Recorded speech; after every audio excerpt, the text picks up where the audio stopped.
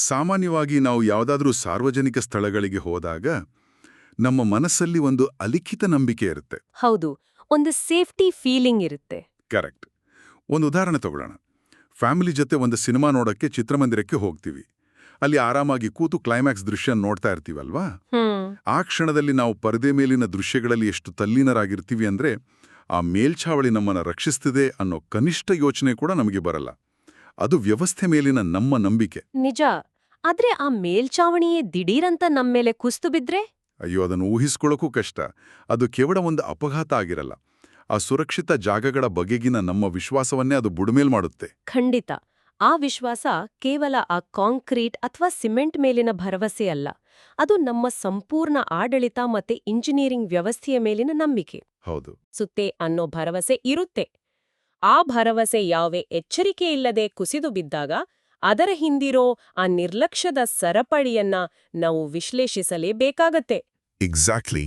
ಇಂದಿನ ನಮ್ಮ ಈ ಆಳವಾದ ವಿಶ್ಲೇಷಣೆಯ ಗುರಿ ಕೂಡ ಅದೇ ಆಗಿದೆ. ರಾಯಚೂರು ಜಿಲ್ಲೆಯ ಬೈಲ್ಮರ್ಚೆಟ್ ಗ್ರಾಮದಲ್ಲಿ ಇತ್ತೀಚೆಗೆ ನಡೆದ ಒಂದು ಭೀಕರ ಘಟನೆ. ತುಂಬಾ ಬೇಸರದ ಘಟನೆ ಅದು. ಹೌದು. ಈ ಘಟನೆಗೆ ಸಂಬಂಧಿಸಿದ ಮೂಲವರದಿಗಳು, ವಾಸ್ತುಶಿಲ್ಪದ ಸುರಕ್ಷಿತ ಮಾರ್ಗಸೂಚಿಗಳು ಮತ್ತೆ ಸ್ಥಳೀಯ ಆಡಳಿತದ ಹೇಳಿಕೆಗಳನ್ನ ನಾವು ಒಗ್ಗೂಡಿಸಿ ಇವತ್ತು ಚರ್ಚೆ ಮಾಡ್ತಿದ್ದೀವಿ. ಒಂದು ಸುಂದರವಾದ ಸಾಂಸ್ಕೃತಿಕ ಉತ್ಸವ ನಡೀತಾ ಇತ್ತು. ಆ ಟೈಮಲ್ಲಿ ಸಮುದಾಯ ಭವನದ ಮೇಲಿದ್ದ ಬೃಹತ್ ಸಿಮೆಂಟ್ ನಾಮಫಲಕ ಕುಸಿದು ಬಿದ್ದು ಸಾವು ನೋವು ಸಂಭವಿಸಿದ ವಾಸ್ತವವನ್ನ ನಾವಿಂದು ಅರ್ಥ ಮಾಡ್ಕೊಳ್ಬೇಕಿದೆ. ಖಂಡಿತ.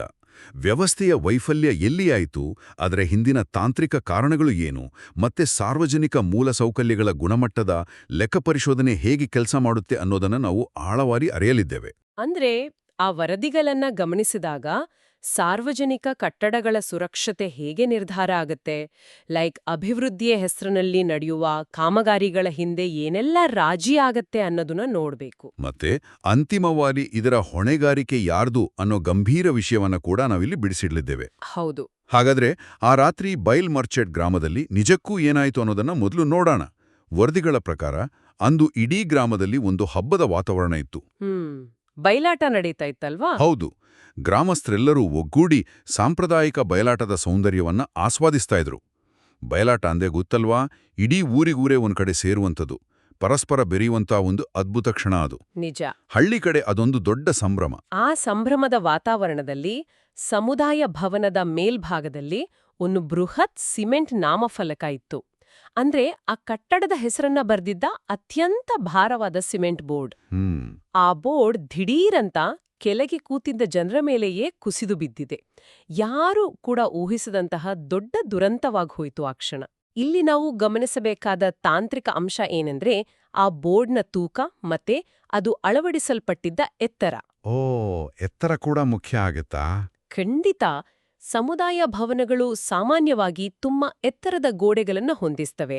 ಅಲ್ಲಿಂದ ಅಷ್ಟು ಭಾರಿ ತೂಕದ ವಸ್ತುವೊಂದು ಕೆಳಗೆ ಬೀಳುವಾಗ ಗುರುತ್ವಾಕರ್ಷಣೆಯ ಬಲದಿಂದ ಅದರ ಹೊಡೆತದ ತೀವ್ರತೆ 10 ಪಟ್ಟು ಹೆಚ್ಚಾಗತ್ತೆ. ಅಯ್ಯೋ ದೇವ್ರೆ! ಈ ಘಟನೆಯ ತೀವ್ರತೆಯನ್ನ ವಿವರಿಸುವ ವರದಿಯ ಸಾಲುಗಳು ನಿಜಕ್ಕೂ ಆಘಾತಕಾರಿ. ಹೌದು. ಆ ಮಕ್ಕಳ ವಿಚಾರ ನಿಜ. ಈ ದುರಂತದಲ್ಲಿ ಕೇವಲ 8 ವರ್ಷದ ಬಾಲಕ ವಿಶ್ವನಾಥ್ ಮತ್ತು 1.5 ವರ್ಷದ ಪುಟ್ಟ ಹಸುಗು ಸುಸನ್ವಿತಾ ಸ್ಥಳದಲ್ಲೇ ಮೃತಪಟ್ಟಿದ್ದಾರೆ. ತುಂಬಾ ಹೃದಯವಿದ್ರಾವಕ ಘಟನೆ ಇದು. ಹೌದು. ತಮ್ಮ ಫ್ಯಾಮಿಲಿ ಜೊತೆ ಸಂತೋಷದಿಂದ ಆಟ ಆಡ್ಕೊಂಡಿದ್ದ ಆ ಕಂದಮ್ಮಗಳು ಆ ಬೃಹತ್ ಸಿಮೆಂಟ್ ಬೋರ್ಡ್ ಅಡಿಯಲ್ಲಿ ಸಿಲುಕಿ ಪ್ರಾಣ ಬಿಟ್ಟಿರೋದು ಊಹಿಸ್ಕೊಳ್ಳೋಕ್ಕೂ ಕೂಡ ತುಂಬಾ ಕಷ್ಟ ಆಗತ್ತೆ. ಇದು ಸಮಾಜದ ಪ್ರತಿಯೊಬ್ಬರನ್ನೂ ಕಾಡುವಂತ ವಿಚಾರ. ನೋಡಿ, ಆ 2 ಎಳೆಯ ಜೀವಗಳು ಭವಿಷ್ಯದಲ್ಲಿ ಏನೋ ಸಾಧಿಸೋ ಕನಸುಗಳನ್ನ ಹೊಂದಿದ್ವು. ಕರೆಕ್ಟ್. ಒಂದು ಸಾರ್ವಜನಿಕ ಕಟ್ಟಡ ಅಂದ್ರೆ ಅದು ಜನರಿಗೆ ಆಶ್ರಯ ಮತ್ತೆ ಭದ್ರತೆಯನ್ನ ನೀಡಬೇಕಾದ ಸ್ಥಳ. ಅಲ್ಲಿಯೇ ಇಂತಹ ಘಟನೆ ಸಂಭವಿಸಿದಾಗ ಆ ಇಡೀ ಗ್ರಾಮದ ಮಾನಸಿಕ ಸ್ಥಿತಿಯ ಮೇಲೆ ಬೀರಿದ ಪರಿಣಾಮ ಇದೆಯಲ್ಲ, ಅದು ಎಂದಿಗೂ ಮಾಸದಂತಹದ್ದು. ನಿಜ. ಆ ಊರಿನ ಜನರು ಇನ್ನು ಮುಂದೆ ಯಾವುದೇ ಸಮುದಾಯ ಭವನದ ಹತ್ರ ಹೋಗೋಕ್ಕೂ ಭಯಪಡುವಂತಹ ವಾತಾವರಣ ನಿರ್ಮಾಣ ಆಗಿರುತ್ತೆ. ಖಂಡಿತವಾಗಿಯೂ. ಈ ಭಯದ ಹಿಂದಿರುವ ಕಾರಣಗಳನ್ನ ನಾವು ತಾಂತ್ರಿಕವಾಗಿ ಅರ್ಥ ಮಾಡ್ಕೊಳ್ಳೋದು ಬಹಳ ಮುಖ್ಯ. ವರದಿಗಳಲ್ಲಿ ಕೇವಲ ಆ ಬೋರ್ಡ್ ಬಿತ್ತು ಅಂತ ಹೇಳಲಾಗಿದೆ. ಆದರೆ ಇದು ಹೇಗೆ ಸಾಧ್ಯ? ಅದನ್ನ ನಾವು ಅನಲೈಸ್ ಮಾಡಬೇಕು. ಅಂದ್ರೆ ಇದು ಹೇಗಿದೆ ಅಂದ್ರೆ, ನಾವು ನಮ್ಮ ಮನೆಯ ಗೋಡೆಗೆ ಒಂದು 50 ಕೆಜಿಯ ಟಿವಿಯನ್ನ ಕೇವಲ ಒಂದು ಸಣ್ಣ ಕಳುಪೆ ಗುಣಮಟ್ಟದ ಪ್ಲಾಸ್ಟಿಕ್ ಹುಕ್ ಬಳಸಿ ಹಾಕಿದಾಗ ಏನಾಗುತ್ತೆ? ಅದು ಖಂಡಿತ ಬಿದ್ದು ಹೋಗುತ್ತೆ. ಎಕ್ಸಾಕ್ಟ್ಲಿ. ಗೋಡೆ ಮೇಲಿನ ಟಿವಿ ಎಷ್ಟೊತ್ತು ನಿಲ್ಲುತ್ತೆ? ಯಾವುದೋ ಒಂದು ಕ್ಷಣದಲ್ಲಿ ಆ ಪ್ಲಾಸ್ಟಿಕ್ ಹುಕ್ ಮುರಿದು ಟಿವಿ ಕೆಳಗೆ ಬೀಳೋದು ನಿಶ್ಚಿತ. ಈ ಘಟನೆಯಲ್ಲೂ ಬಹುಶಃ ಇದೇ ರೀತಿಯ ತಾಂತ್ರಿಕ ದೋಷವೇನಾದರೂ ಆಗಿರ್ಬೋದಾ? ಆ ಹೋಲಿಕೆ ಪರಿಸ್ಥಿತಿಯನ್ನ ಅರ್ಥ ಮಾಡಿಕೊಳ್ಳೋಕೆ ಬಹಳ ಸೂಕ್ತವಾಗಿದೆ. ಇಂಜಿನಿಯರಿಂಗ್ ಭಾಷೆಯಲ್ಲಿ ಹೇಳ್ಬೇಕು ಅಂದ್ರೆ ಯಾವುದೇ ಬೃಹತ್ ರಚನೆಯನ್ನ ಕಟ್ಟಡಕ್ಕೆ ಅಳವಡಿಸುವಾಗ ಡೆಡ್ ಲೋಡ್ ಅಂತ ಲೆಕ್ಕ ಹಾಕ್ತಾರೆ. ಓ, ಡೆಡ್ ಲೋಡ್ ಅಂದ್ರೆ ಏನು? ಡೆಡ್ ಲೋಡ್ ಅಂದ್ರೆ ಆ ವಸ್ತುವಿನ ಸ್ಥಿರವಾದ ಭಾರ. ಒಂದು ದೊಡ್ಡ ಸಿಮೆಂಟ್ ಬೋರ್ಡನ್ನ ಗೋಡೆಗೆ ನೇತು ಹಾಕಬೇಕಾದ್ರೆ ಆ ಗೋಡೆಯ ಒಳಗೆ ಸಾಕಷ್ಟು ಆಳಕ್ಕೆ ಹೋಗುವಂತ ಪ್ರಬಲವಾದ ಲೋಹದ ಆಂಕರ್ ಬೋಲ್ಟ್ಗಳನ್ನ ಬಳಸಬೇಕಾಗುತ್ತೆ. ಅಂದ್ರೆ ಸುಮ್ನೆ ಮೇಲಿಂದ ಅಂಟಿಸೋ ಹಾಗಿಲ್ಲ. ಖಂಡಿತ ಇಲ್ಲ. ಕೇವಲ ಮೇಲ್ನೋಟಕ್ಕೆ ಸಿಮೆಂಟ್ ಮೆತ್ತಿ ಅಂಟಿಸಿದ್ರೆ ಕಾಲಕ್ರಮೇಣ ಆ ಸಿಮೆಂಟ್ ತನ್ನ ಹಿಡಿತವನ್ನ ಕಳ್ಕೊಳ್ಳುತ್ತೆ. ಭಾರವಾದ ಆ ಬೋರ್ಡನ್ನ ತಡೆಹಿಡಿಯೋ ಶಕ್ತಿ ಕೇವಲ ಕಾಂಕ್ರೀಟ್ಗೆ ಇರಲ್ಲ. ಅಲ್ಲಿ ಲೋಹದ ಬೆಂಬಲ ಅಂದ್ರೆ ಟೆನ್ಸೈಲ್ ಸ್ಟ್ರೆಂತ್ ಅತ್ಯಗತ್ಯ. ಅಂದ್ರೆ ಆ ಸಿಮೆಂಟ್ ಬೋರ್ಡನ್ನ ಅಳವಡಿಸುವಾಗಲೇ ಸರಿಯಾದ ಲೋಹದ ಸಪೋರ್ಟ್ ಕೊಟ್ಟಿಲ್ಲ ಅನ್ನೋದು ನಿಮ್ಮ ವಿಶ್ಲೇಷಣೆ? ವರದಿಗಳ ಆಧಾರದ ಮೇಲೆ ಅದೇ ತರ್ಕ. ಆದ್ರೆ ಇಲ್ಲಿ ನಾವು ಗಮನಿಸಬೇಕಾದ ಇನ್ನೊಂದು ಪ್ರಮುಖ ವಾದ ಇದೆ. ಘಟನಾ ಸ್ಥಳಕ್ಕೆ ಶಾಸಕ ಬಸನಗೌಡ ದದ್ದಲ್ ಅವರು ಭೇಟಿ ನೀಡಿದ್ರು. ಅವ್ರು ಏನಂದ್ರು ಅಂದ್ರೆ, ಗ್ರಾಮದ ಇತಿಹಾಸದಲ್ಲಿ ಇಂತಹ ಘಟನೆ ಎಂದೂ ಸಂಭವಿಸಿರಲಿಲ್ಲ, ಇದು ಆಕಸ್ಮಿಕವಾಗಿ ನಡೆದ ದುರ್ಘಟನೆ ಅಂತ ಹೇಳಿದ್ದಾರೆ. ಹೌದು, ಆ ಹೇಳಿಕೆ ವರದಿಯಲ್ಲಿದೆ. ಆದ್ರೆ ಇನ್ನೊಂದೆಡೆ ಗ್ರಾಮಸ್ಥರು ಇದು ಕಳಪೆ ಕಾಮಗಾರಿಯ ಪ್ರತಿಫಲ ಅಂತ ನೇರವಾಗಿ ಆರೋಪ ಮಾಡ್ತಿದ್ದಾರೆ. ಈ ಎರಡು ಭಿನ್ನ ಹೇಳಿಕೆಗಳು ನಮಗೆ ವ್ಯವಸ್ಥೆಯ ಎರಡು ಮುಖಗಳನ್ನ ತೋರಿಸ್ತವೆ. ಹೇಗೆ?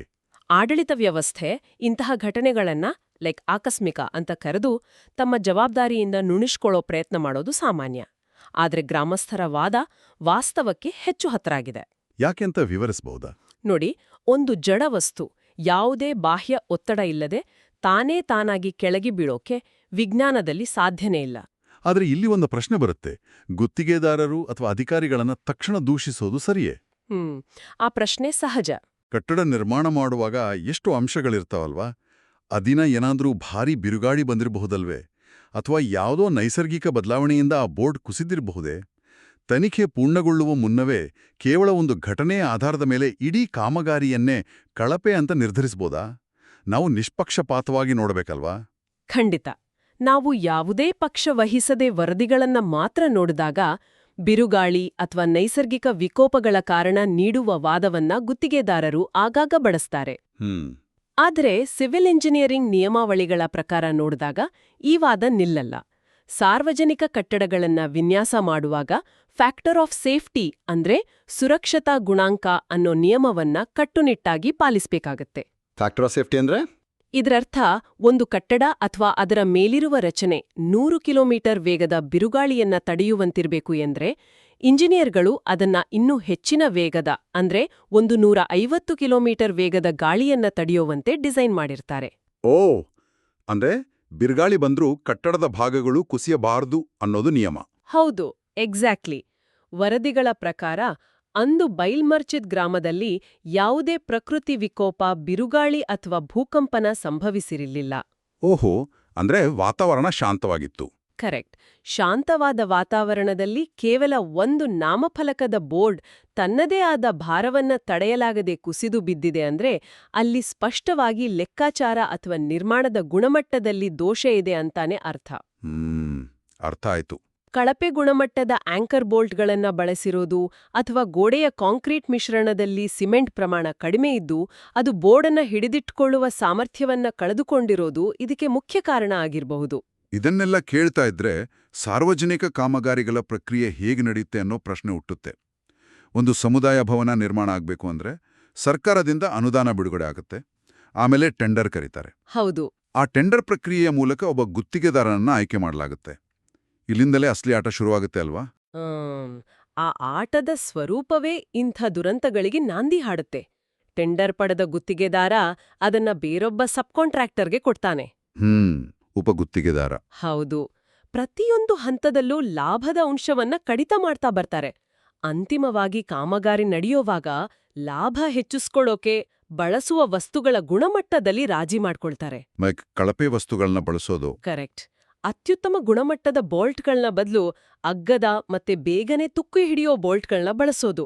ಕಾಂಕ್ರೀಟ್ ಮಿಶ್ರಣದಲ್ಲಿ ಮರಳು ಮತ್ತೆ ಸಿಮೆಂಟ್ ಅನುಪಾತವನ್ನ ಬದಲಾಯಿಸೋದು, ಇವೆಲ್ಲವೂ ನಡೀತವೆ.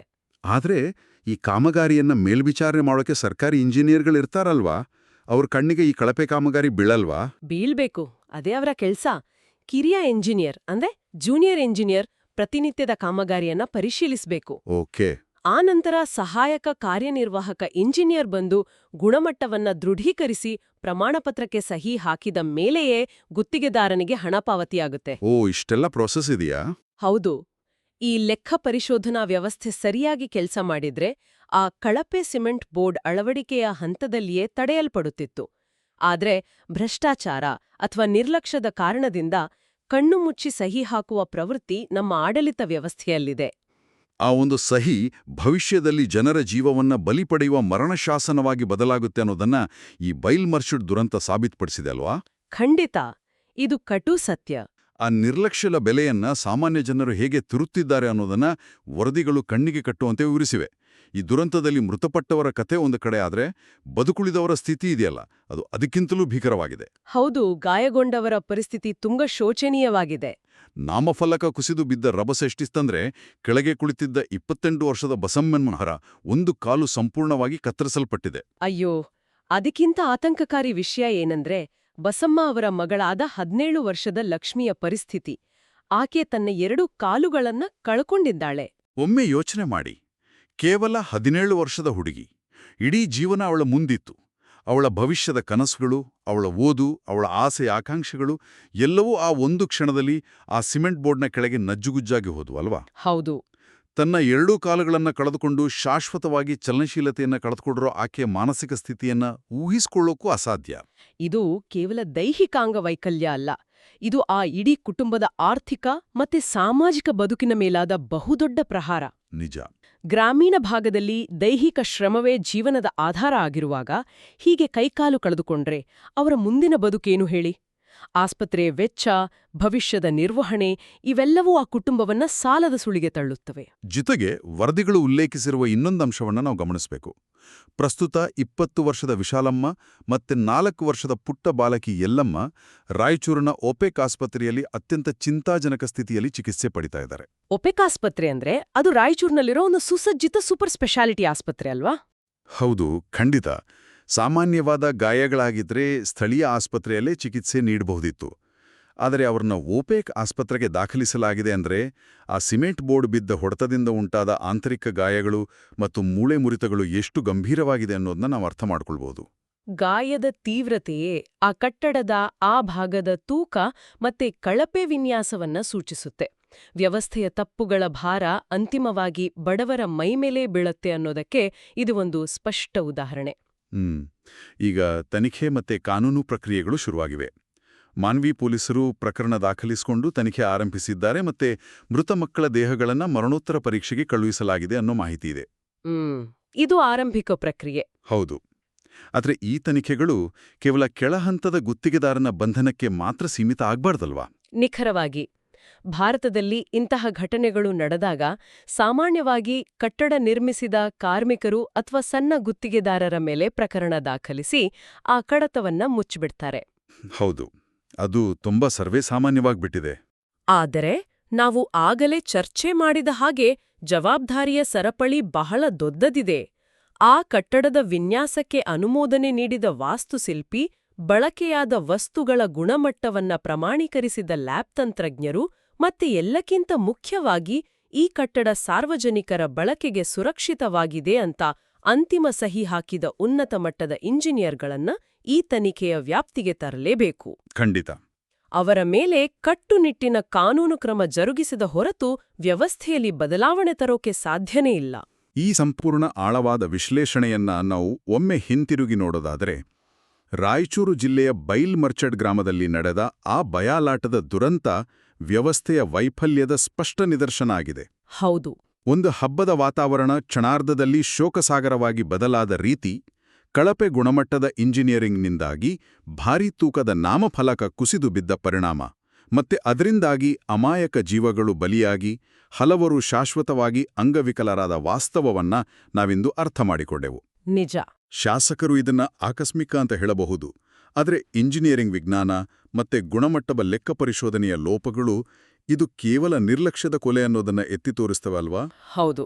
ಆಡಳಿತದ ಭ್ರಷ್ಟಾಚಾರ ಮತ್ತು ತಾಂತ್ರಿಕ ನಿರ್ಲಕ್ಷ್ಯ ಒಗ್ಗೂಡಿದಾಗ ಅಭಿವೃದ್ಧಿಯ ಹೆಸರಿನಲ್ಲಿ ನಿರ್ಮಾಣ ಆಗುವ ಕಟ್ಟಡಗಳು ಹೇಗೆ ಮರಣ ಶಾಸನಗಳಾಗುತ್ತವೆ ಅನ್ನೋದಕ್ಕೆ ಈ ಘಟನೆ ಜ್ವಲಂತ ಸಾಕ್ಷಿ. ಕರೆಕ್ಟ್. ತನಿಖೆ ನಿಷ್ಪಕ್ಷಪಾತವಾಗಿ ನಡೆಯಬೇಕು.